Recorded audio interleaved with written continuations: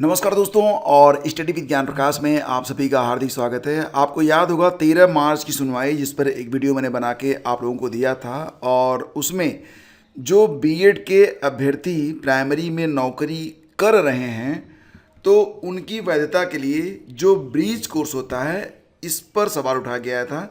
और supreme court ने ये भी सवाल पूछे थे कि पूरे भारत में, चाहे वो यूटीज़ हों यानी कि केंद्र शासित प्रदेश हों या फिर प्रदेश हों, तो शिक्षकों के खास तौर से 1 to 5 के जो शिक्षक हैं उनके कितने सारे पद रिक्त हैं, और क्या सिर्फ डीएलएड के आधार पर उन पदों को भरा जा सकता है। तो पिछली जो सुनवाई हुई थी उसमें कई सारे बहुत ही पॉजिटिव पॉइंट जो थे वो निकल कर सामने आए थे, और बीएड का जो पक्ष था वो काफ़ी मजबूत लग रहा था। लेकिन इसी बीच जो अगली हेयरिंग होनी थी 1 अप्रैल को, तो 1 अप्रैल की जो सुनवाई है वो 3 अप्रैल को हुई है।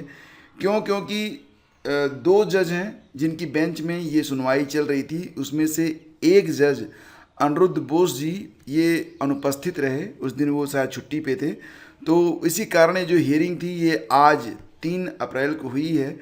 और आज एक बड़ी बात जो निकल के सामने आई है दोस्तों, वो ये है कि बीएड की ओर से जो बहुत ही पॉजिटिव यहाँ पर पक्ष रख रहे थे और जिनकी वजह से बीएड का जो पक्ष था वो काफ़ी मजबूत नज़र भी आ रहा था, तो तुषार मेहता जी जो कि मध्य प्रदेश सरकार की ओर से बीएड को डिफेंड कर रहे थे, आज अनुपस्थित रहे।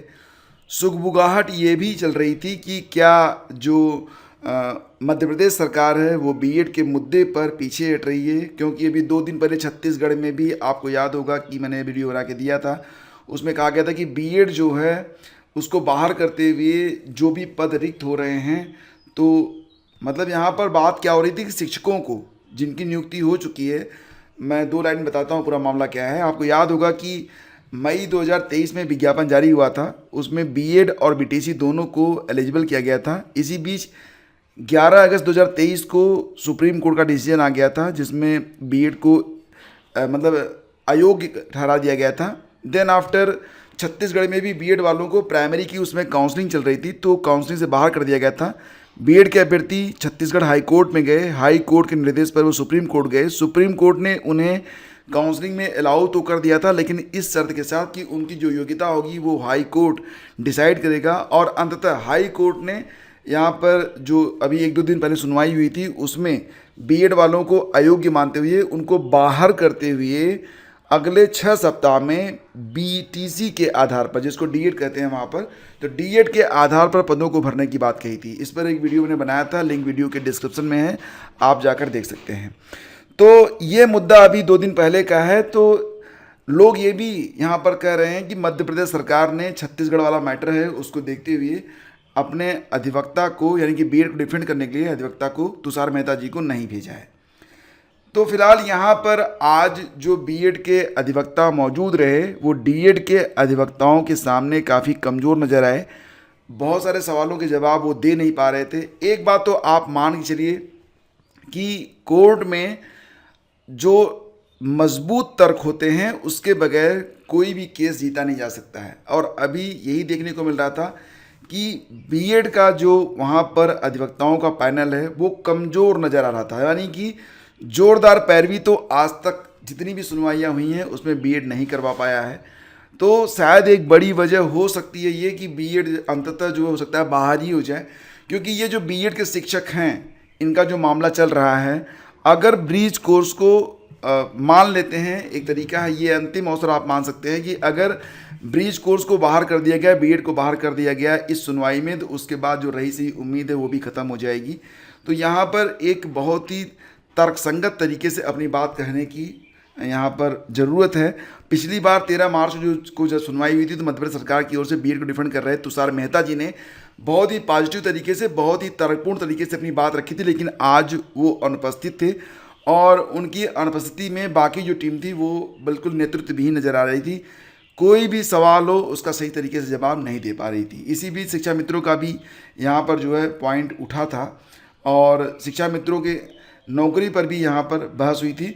लेकिन फिलहाल फ्रेंड्स, यहाँ पर जो पिछली बार सवाल पूछे गए थे, यानी कि 13 मार्च को जो सवाल पूछा गया था कि सारे स्टेट में और यूटीज को मिलाकर कितने पद रिक्त हैं, और बीएड वाले जो हैं क्या उनके बगैर ये सारे पद भरे जा सकते हैं। तो ये जवाब उनको दाखिल करना था, 1 अप्रैल तक का टाइम था, लेकिन नहीं कर पाए। तो अब उनको डेट मतलब उनको थोड़ा समय जो है और भी दिया गया है। अब इस पर जो अगली सुनवाई होनी है वो सोमवार को होगी, ठीक है। तो मुख्य सवाल यहाँ पर ये था कि ये जो एक बहुत ही अहम सवाल पूछा गया था, आप लोगों ने देखा होगा, यहाँ पर एक बहुत ही बड़ा सवाल था कि क्या बीएड के बगैर जो रिक्त पद हैं क्या वो भरे जा सकेंगे और कितनी सीटें रिक्त हैं। ये आंकड़ा अगर आज सामने रखा जाता तो निश्चित रूप से हो सकता है कि आज कुछ सकारात्मक चीज़ें निकलकर सामने आती। वैसे ही फ्रेंड्स, जब मामला कोर्ट में होता है तो ये किसी के लिए खुशी होता है, किसी के लिए गम होता है डिसीजंस, क्योंकि कोई न कोई हारता है, कोई न कोई हमेशा जीतता है। तो ये तो है।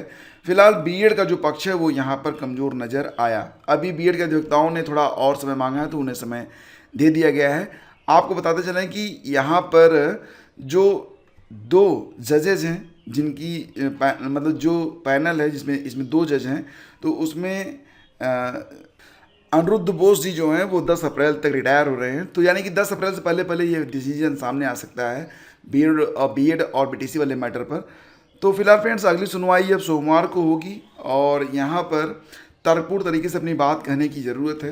बाकी जो कुछ भी होगा वो मैं आप लोगों को यहाँ पर अपडेट देता रहूँगा। लेकिन फ़िलहाल जो है मैंने आप लोगों को बताया। वीडियो अच्छा लगा है, देखो मैं यहाँ पर किसी का पक्ष नहीं ले रहा हूँ। बहुत सारे लोग नीचे आ जाएंगे अभी, कुछ बीएड वाले, कुछ डीएड वाले, और यहाँ पर बहुत सारे लोग जो है उनको लगता है कि मैं यहाँ पर पक्षपात कर रहा हूँ। ऐसी कोई बात नहीं है। जो न्यूज़ है मैं दे रहा हूँ आप लोगों को, ठीक है। मैंने ये भी कहा कि अगर बीएड बाहर होगा तो डीएड वाले खुशी मनाएंगे, अगर डीएड बाहर होगा तो बीएड वाले। तो कभी खुशी कभी गम वाली कहानी है यहाँ पर। तो मैं किसी का पक्ष नहीं ले रहा हूँ, मैं टू द पॉइंट आप लोगों को सही अपडेट देने का प्रयास कर रहा हूँ। कौन कमज़ोर पड़ रहा है, क्यों पड़ रहा है, वो बात भी मैं अपना बताने का यहाँ पर प्रयास करता हूँ। बाकी जो चीज़ें हैं वो सुप्रीम कोर्ट में है, तो सुप्रीम कोर्ट ही उन्हें डिसाइड करेगा।